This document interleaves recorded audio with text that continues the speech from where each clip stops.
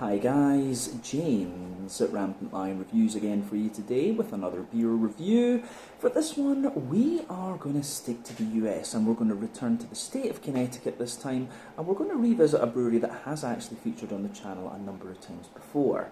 Now, these guys are a brewery that I only discovered very recently, but they do seem to be very well rounded, and I have to say, I've been impressed with the beers that I've tried from these guys so far. And this is one that I actually forgot that I had, but I really wanted to film this one before I headed off. So yeah, the beer itself is a style that I very much enjoy, one that I feel I haven't had actually in quite a wee while when I think about the things I've been filming over here, but this one is supposed to be quite a rare beer from these guys, and it's also meant to be a very nice example of that style actually.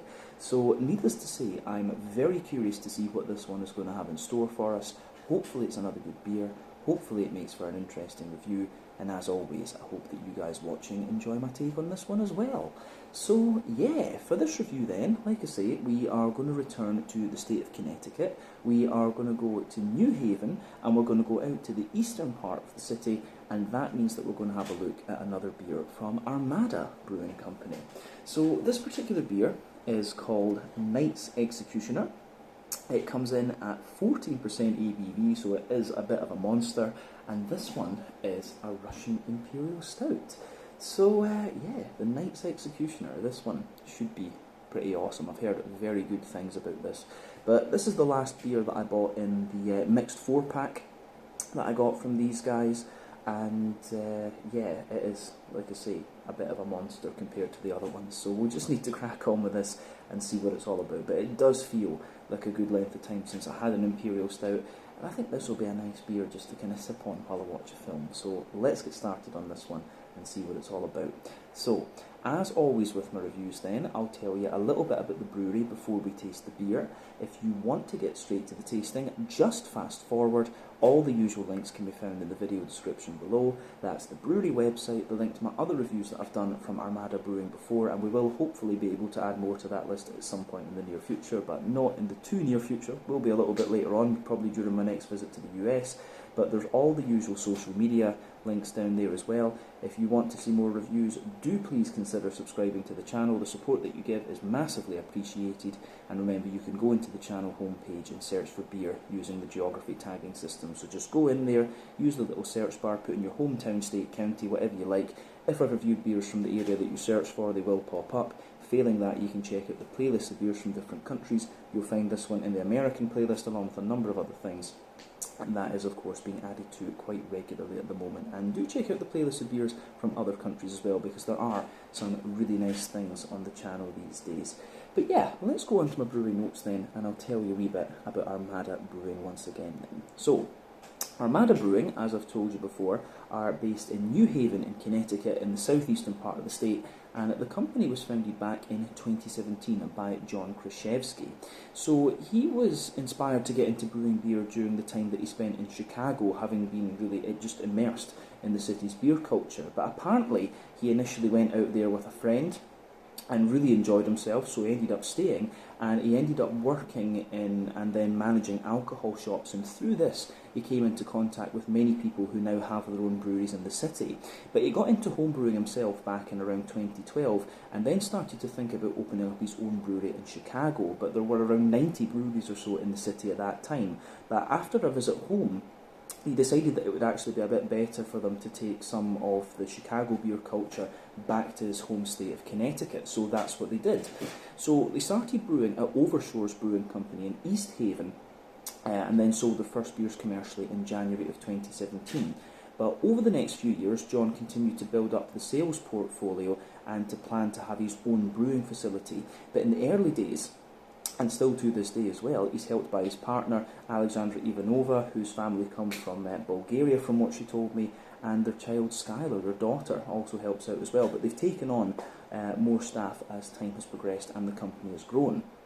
But in 2022, they opened a new brewery on River Street, and they apparently had a little bit of a duel with a filmmaking company called Gigantic, who wanted to build a number of sound stages in this district. And the site that they have has a tap room downstairs, which is called the Throne Room, and they've also got a larger space up the stairs, which is called the Queen's Lounge, and they use that mainly for events. But the art on these cans is obviously very attractive and very distinctive. This is the work of Scott Buoncristiano, if I pronounce the name correctly, and the logo that you can see on here from Armada is in the shape of a ship's bell with the letter A, obviously for Armada, and then you've got the hop flower, which is kind of ringing out there, which is pretty cool. But as of September 2023, when I'm filming this review for you, these guys have produced 70 different kinds of beer according to Untappd, and there are a wide variety of styles available at the brewery. A bunch of different lagers were there. They had quite a few different kinds of IPAs, and of course they do have a few bigger beasts like this as well. But from what John told me, he's more into his kind of drinkable, sessionable beer, so it's quite rare that they'll do something this strength. But this kind of caught my eye when I saw it, and the fact that it was a Russian Imperial Stout, because I haven't seen too many of those available in the different breweries that I've visited during my time here. But yeah, that is everything I can really tell you about Armada Brewing Company for the moment. If you want to learn more about these guys, you can check out the brewery website, you can follow them on Facebook and Instagram to keep up to date with all the latest goings on, and you can check out the Rate Beer, Untappd and Beer Advocate pages to learn a little bit more about all the different beers that these guys have done. You can also check out my out and about video that I did when I visited the brewery, and I also managed to get a Meet the Brewery thing with John as well, so you'll see that as a separate video too, which was really cool. But yeah, I think let's crack on and actually have a little look at the beer itself. So just to let you have a little look, closer look at the artwork on this one. As you can see, it is absolutely lovely there, but you can see Armada Brewing Company symbol down there. You can see the usual thing that you get on here, the Knight's Executioner, and as I said, the artwork on this one is really very, very nice. I think it's pretty awesome. So yeah, there you can see Knight's Executioner, plain silver top on the can there. It did get a little bit of a dent because when I put the bag down, that was a bit weird, and it's also got a wee dent down here, but what can you do? But yeah, as I said earlier, this one comes in at 14% ABV, and it is a Russian Imperial Stout. So this contains coffee from Willoughby's Roastery, which is local in New Haven, and then they've also got some Tahitian vanilla beans in there as well. This beer was first brewed back in 2017 apparently, and it's brewed every year on the evening of the winter solstice for release in January. So this has been in the can maybe about 8 or 9 months at this point when I'm reviewing this one for you. But you know, letting a stout sit in a can or a bottle for a wee while and mellow out is always a good thing.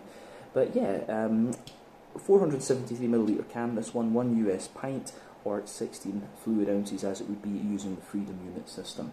But yeah, let's get this guy out into the glass then and see what it's all about. The Knight's Executioner, a Russian Imperial Stout, 14% ABV, our final beer for a wee while, from Armada Brewing Company in New Haven in Connecticut. Let's do this. Ooh. That thing is pouring very nicely, I have to say that. It looks very, very good actually. So, I'll just let you have a wee look at this one before the head disappears. You can see that I think we've got maybe about 2/3 of the beer out into the glass at this point, but you can see the head on this one is poured to be about a half finger of a frothy, I would say kind of medium to slightly darker tan.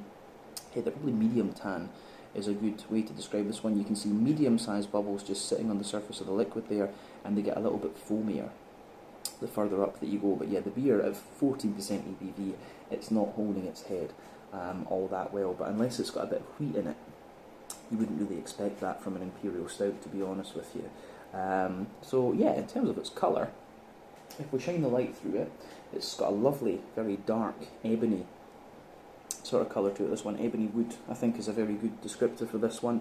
But yeah, even if you shine the light through it, it's got a little bit of a kind of Coca-Cola, Pepsi coloured edge to it, but like I say, not too much in that sense.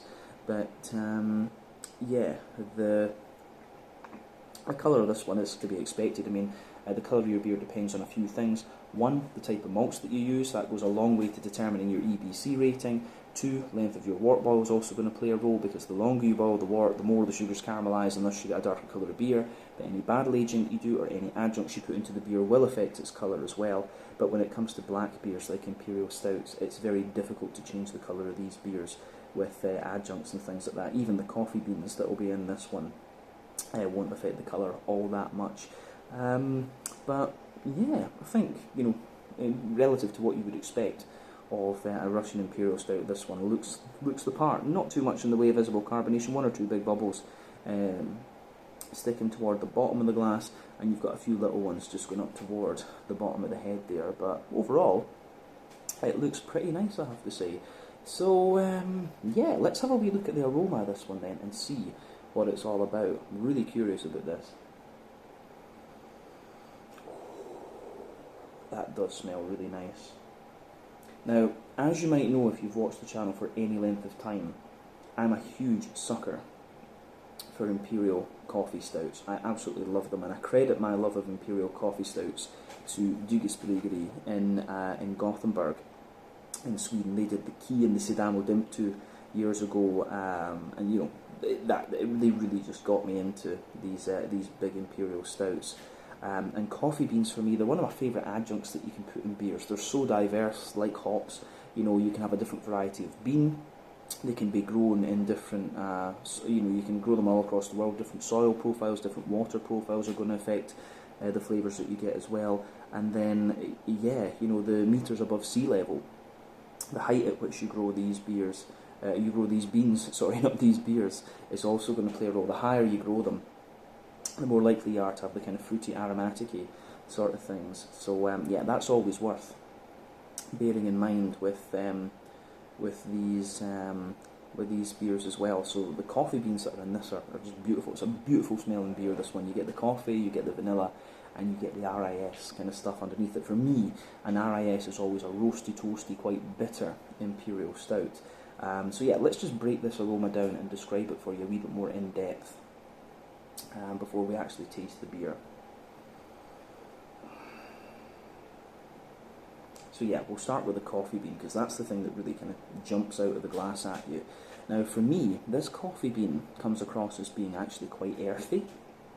Yeah, quite an earthy coffee bean, I would say. Quite a smooth roast as well. You do get a little bit of aromaticity out of it, but at the same time there's also quite a little bit of this kind of plummy, dark fruity character coming out of the bean too. You can really get that in the top of the nose.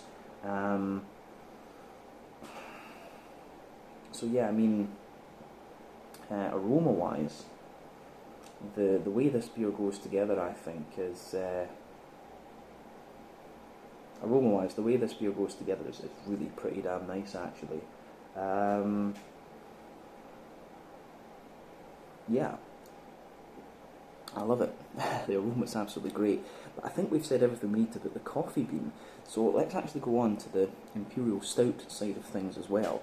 So the backbone of this beer, you do get a little bit of that roasty, toasty, well-fired bread crust forming the backbone, but you also get quite a little bit of like woodiness out of this one. There's a little touch of that woody character in there. A little bit of nuttiness as well. And then on top of that, on top of all of that, you're definitely getting this sort of like mix of bready and cakey characters. So I do get like a little bit of a kind of rye bready note out of this one. So yeah, you've got that well-fired toasty bread crust in there.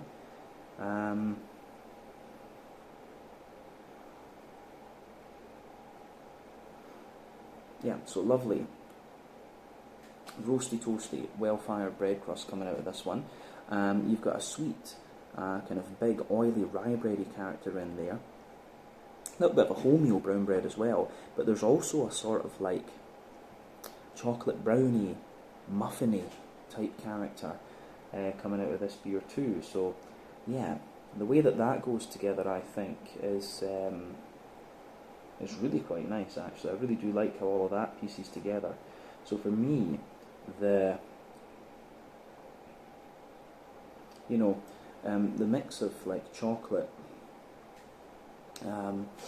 yeah, the mix of the kind of chocolate muffin, chocolate brownie, and the other things coming out of this one's just lovely. Now the chocolatey character in this beer, I think, is pretty interesting because it's, how would you say it? I think it's maybe about 70 or 80% cocoa. It doesn't come across as being overly dark in terms of that, but it does feel like it is fairly high cocoa, but that's always a good thing as well. But I think at the same time, the vanilla makes it feel a little bit lighter than it might well be. We might get a little bit more of a kind of dark, oily cocoa out of this one, I think, when we taste the beer. But yeah, definitely that nice kind of oily Tahitian vanilla is in there. You've also got a little bit of a, you do also have a little bit of a more kind of brown sugary note to this one as well. I get the feeling just from the density of this beer and just the way it kind of gives you the lacing and stuff like that. I've got a feeling this one might well be a double mash Imperial Stout. We'll need to see. We'll be able to tell in the when we actually taste the thing, because you know there's two things you can do with Imperial Stouts to really get them up to the high alcohol and give them the really complex flavours and aromas. You can either do a longer wort boil, which is going to give you really leathery brown sugary notes, and don't get too much of that in the aroma here, or you can double or triple up the mash, which is going to give you a really kind of big thickness and sort of stickiness, and that's easier to tell when you actually taste it. Sometimes you can tell just by looking, but it's a bit hard with this one, I would say. But on top of the coffee bean, you know, you've got the chocolate in there, the vanilla's there. On top of the coffee bean, you do actually get a little bit more of a kind of, you do get a little bit of this kind of treacly molasses type note out of this one. I wouldn't say the brown sugars in this beer are overly, I wouldn't say that they're overly kind of leathery or anything like that. There's a little bit of toastiness in there. You get a bit of a kind of oily, treacly molasses type note to it as well. And yeah, the way that this beer, the way that the beer goes together in that sense, I think, is really very, very nice. So gets a big thumbs up from me. Yeah, the malty side of this, you do get a bit of nuttiness out of it into the aftertaste, but yeah, I think the way that this beer goes together is really very nice. Yeah, I think we can leave it at that for the malty side of things. Let's have a little look at the hoppy side of the beer. Now, the thing to remember with Imperial Stouts is they are not the most hop-forward styles of beer. You really have to remember that. And essentially, the longer you age these beers, the more the hoppy character is going to drop out. But at this point, you can still get a little bit of hoppiness in this one. There's a little bit of earthiness in there. A wee bit of herbal character as well. And yeah, there's also quite a nice like floral. There's a little bit of a wet floral aromaticity to this one, and also just a wee hint of like grassiness as well. And the way all of that pieces together, I think, is really nice. The aroma of this beer has grown on me quite a lot. Now, in terms of the fruity side of things, then that's the last thing we need to talk about with the aroma. The fruity side of this beer is quite interesting. You've got a good little bit of like an oily you've got a good little bit of like an oily black curranty note to this one, a little bit of blackberry as well, but I really do think the fruits take a back seat in this beer, absolutely. Like, there's not a lot going on with this one in terms of the fruity characters, but as I say, I do just like how it all pieces together. For me, yeah, a little bit of, there is a wee bit of plum, a wee bit of fig, and a wee bit of like black currant, but yeah, it really takes a back seat in terms of the fruity side of things. Take a back seat in terms of the general aroma. When you sugar it up a wee bit, you get a little bit of like a cherry plummy sort of thing, but yeah, not too much to report there. But as I always say, take a bit of time to just enjoy the aroma of the beer before you get stuck into it. I think that's always half the experience when it comes to craft beers.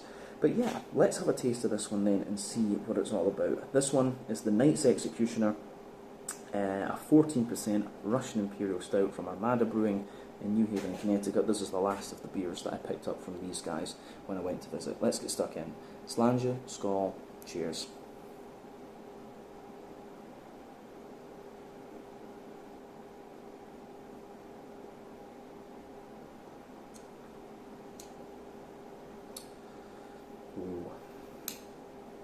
That's pretty damn good, I have to say.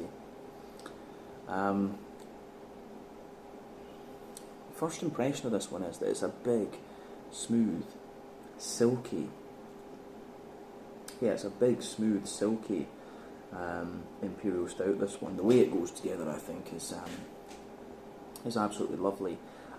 You get more and more, as I said earlier, for me the Russian Imperial Stout is quite a roasty, toasty, bitter style of beer, and you do get a bit more of that out of this one the further into the aftertaste that you go.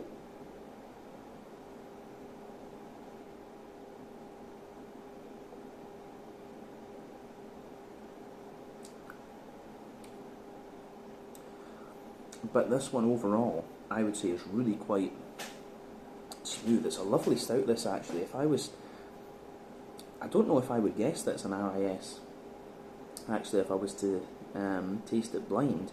It does give you that in the aftertaste, but I think the coffee adjunct, the Willoughby coffee, and the Tahitian vanilla smooth this beer out a hell of a lot. But big thumbs up on this one. It's been... I think that there's two things going on in this review. I've not had an Imperial Stout in quite some time. At the point of filming this review, you know, a month or so actually, which is long. Yeah, for me, this one just comes across as really very smooth, actually. And you do have to remember that, generally speaking, the American palate is sweeter than the European palate. So yeah. But this is good, as I say. We'll break this one down and describe the flavour a little bit more in depth. It gives you everything you would want from an Imperial coffee stout, a Russian Imperial Stout. I think it is definitely right as well to call this one a Russian Imperial Stout with coffee and vanilla, rather than being an Imperial Coffee Stout. We need to keep that in mind, because the coffee isn't too heavy. It is more of a kind of subtlety in this beer. But yeah, let's break the beer down and describe the flavour a bit more in depth for you. Middle third of the palate then. So the backbone of this beer is that roasty, toasty, well-fired bread crust that I was talking about.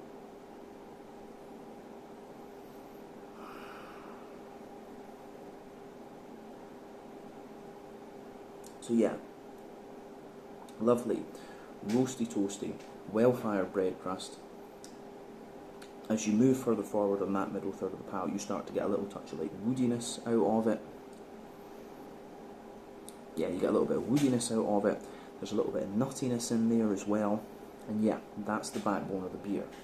Above that, you get a little bit of like a kind of black bread, rye bready type flavour sitting there. And I will say that roasty, toasty, well-fired bread crust, the flavour of that does intensify the further into the aftertaste that you go.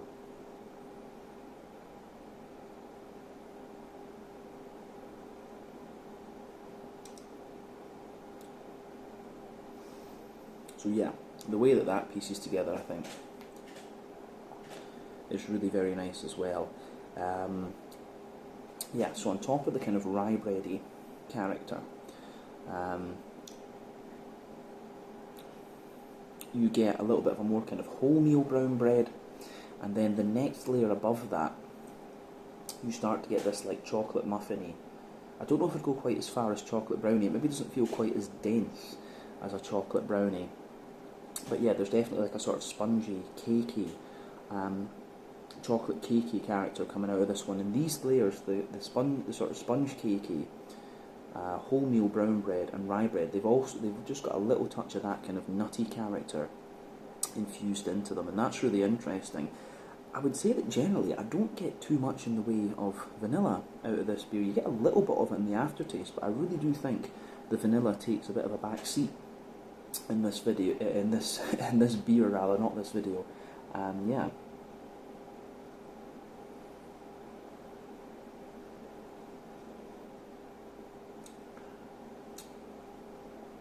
But yeah, this is good. Above the kind of muffiny, cakey layer then, you can feel there's a good little bit of a,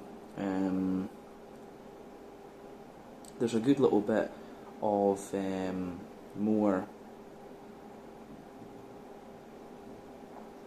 yeah, there's a good little bit of a more kind of, I would say, you can feel there's a bit of that like toasty charred chocolate like at the back of that middle third of your palate. You do get a more roasty charred chocolate. Then it becomes more like a kind of 80-90% cocoa chocolate. And then, you know, as you move further forward on the palate, it sort of mellows out to give you more a kind of 60-70% cocoa chocolate. You do have to remember that trend with your palate, that generally speaking, more dry and bitter flavours will come out further back on the palate, sweeter flavours will come out further forward. So yeah, you can feel that kind of silky chocolatey layer there, but a bit of roasty toastiness at the back. You do get a wee bit of the vanilla getting into that further forward, and that's probably what's giving you the slightly lighter cocoa chocolate notes.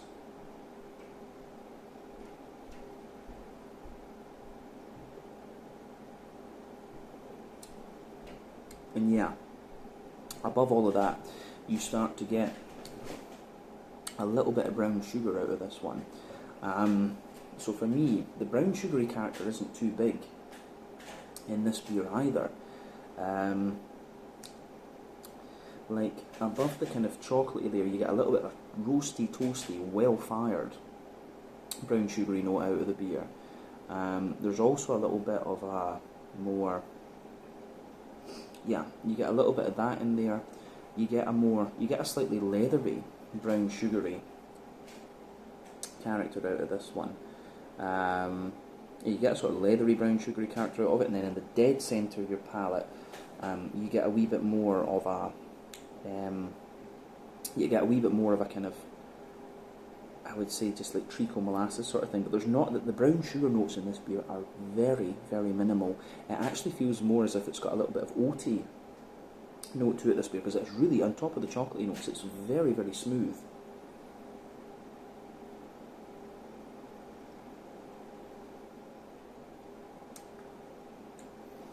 Yeah, I mean, you see in the middle of your palate you've got that little circle there, toasty brown sugar underneath, a little bit of a more leathery brown sugar, and then a wee touch of treacle molasses in the middle of your palate. And of course, that many of those flavours are coming from the alcohol. I don't think, the fact that they're so minimal tells me, yeah, those are coming from the alcohol. They're not really coming from the actual malt base itself. So that's quite interesting.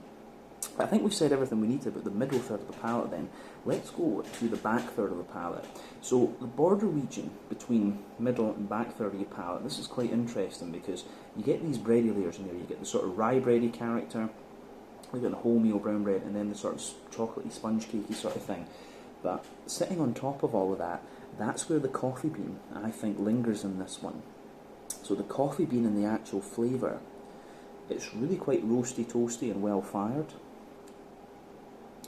And it also has, again, it has quite an earthy note to it, quite a little bit of aromaticity. It's a bit less fruity in the flavour, I would say, than it gave the impression it was going to be in the aroma. So yeah, that was really interesting, actually, the way that that goes together.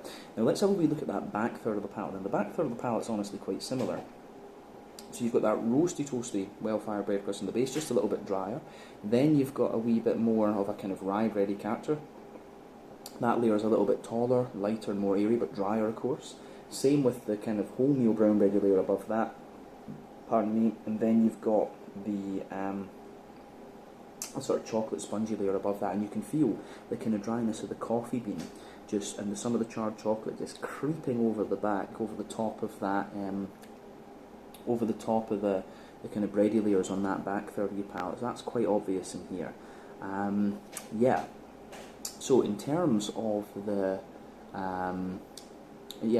back third of your palate, on the malty side of things, that's everything. So above that, you start to get the yeasty side of the beer.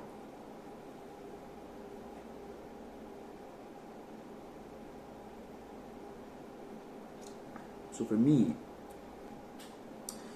the yeasty side of this beer has a more, the yeasty side of the beer, it's got like a really dense, very sweet, like rye bready, doughy sort of thing to it. It's kind of wrapped in a little bit of a toasty, well-fired bread crust, and then a wee bit of honeycomb around it. For me, that's the yeasty side of this beer. I always get a bit of honeycomb in the back third of the palate with the yeasty notes for some reason, but definitely, back third of the palate, the flavour is taller. Then as you come further forward into the middle third of your palate, it just condenses down and squashes together that little bit more. So that's really interesting when it comes to this beer. Yeah, so on the hoppy side of things, then it's kind of what you'd expect. Back corners of the palate, you've got a nice little bit of earthiness in there. As you move further forward, it's a little touch herbal. Then as you move toward the kind of front corners of the palate, you've got a little bit more of a kind of floral aromaticity coming out of it, which I think is really nice.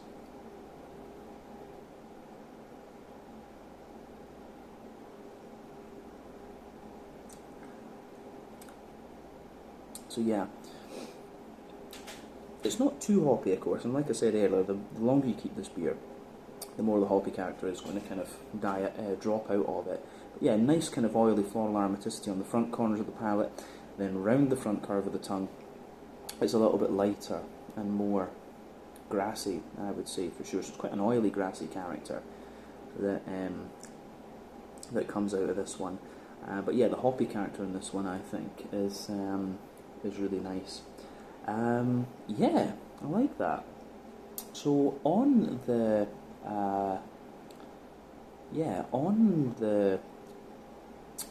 front third of your palate, then the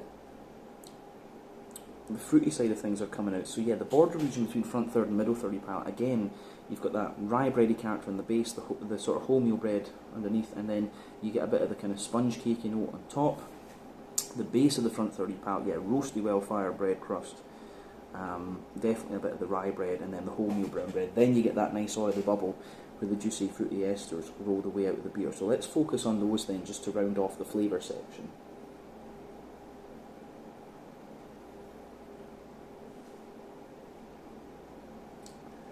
So yeah, for me, the fruity part of this beer, yeah, the fruity side of this beer is quite interesting, because it does show you, when the beer opens up a wee bit, when it warms up, you get more fruitiness out of it than the aroma would have you believe. It's quite hard to pick up the fruity parts in the aroma. So for me, the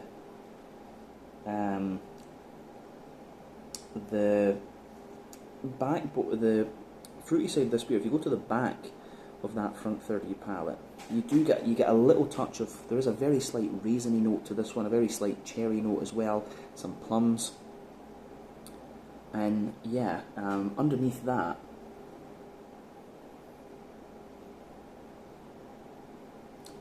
so yeah, at the back of that front third of your palate, you've got that little bit of kind of you get that sharper raisin, the plum kind of thing at the back.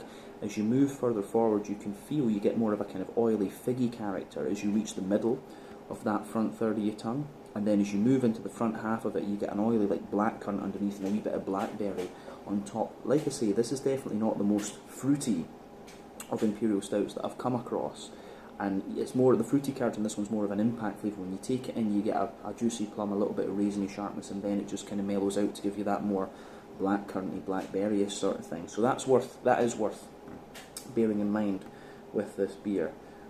It does have a few little things like that going on with it. Yeah, that is interesting. So on the I think that covers everything we need to say about the flavour. So let's round off with a wee look at the mouthfeel.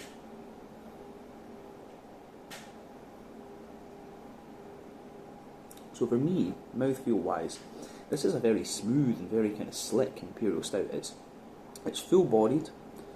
I'd say it's kind of mid-range full-bodied. It's not the thickest of Imperial Stouts I've come across, and as I say, it has that kind of big oily slickness to it, which maybe makes it feel a bit lighter than it is.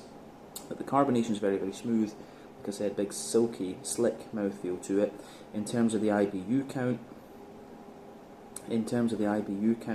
you've got this nice kind of, I'd say it's maybe about 70, or it doesn't feel like it's 90, 100 IBUs. It doesn't feel like it's that, but I'd say it's maybe about 60 or 70 IBUs. I think that's definitely fair. You have to talk about perceived bitterness and calculated bitterness here, because obviously the IBU count will come mainly from a mixture of the hops and the malts in here. We've got quite a bit of dryness in this beer, which might put your perception of the bitterness up. But yeah, the malty backbone The malty backbone here is really, it's really nice and yeah, roasty toasty underneath, smooth bready character in the middle, and then you've got the kind of sweeter notes on top, but they're quite smooth actually and a little bit drier into the aftertaste. Then you've just got a little touch of an oily, fruity character to this one into the aftertaste, with a wee bit of sharpness from the fruits in the beginning. But overall, it's a really very smooth and silky stout, this one. Definitely you could call this a Russian, it should be classed more as a Russian Imperial Stout with coffee and vanilla rather than being an Imperial Coffee Stout. The coffee does take a wee bit of a backseat, as does the vanilla. With this one, they just add more complexity to the flavour rather than really kind of taking the focus of the flavour, if that makes sense. But all in all, really nice Imperial Stout, this one. Absolutely solid, you know, pretty damn good. And that kind of rounds off the biggest beer I've had from Armada Brewing yet. And this is one of their kind of special releases, I guess you could say, too. But yeah, let's leave it at that for this one. This was the Knight's Executioner, a 14% Russian Imperial Stout, my last beer for the moment from Armada Brewing in New Haven in Connecticut. So once again, thank you for watching my beer reviews. Until the next time, please like, subscribe, share, all the usual YouTube stuff. Let me know your own thoughts on this beer in the comment section below. Let me know what your favourite beers are from Armada Brewing as well, and we will see about returning to these guys as soon as we can. But until then, Slàinte, Skål, cheers, check out my social media, check out theirs, and I'll see you guys in another review very shortly. Ciao just now.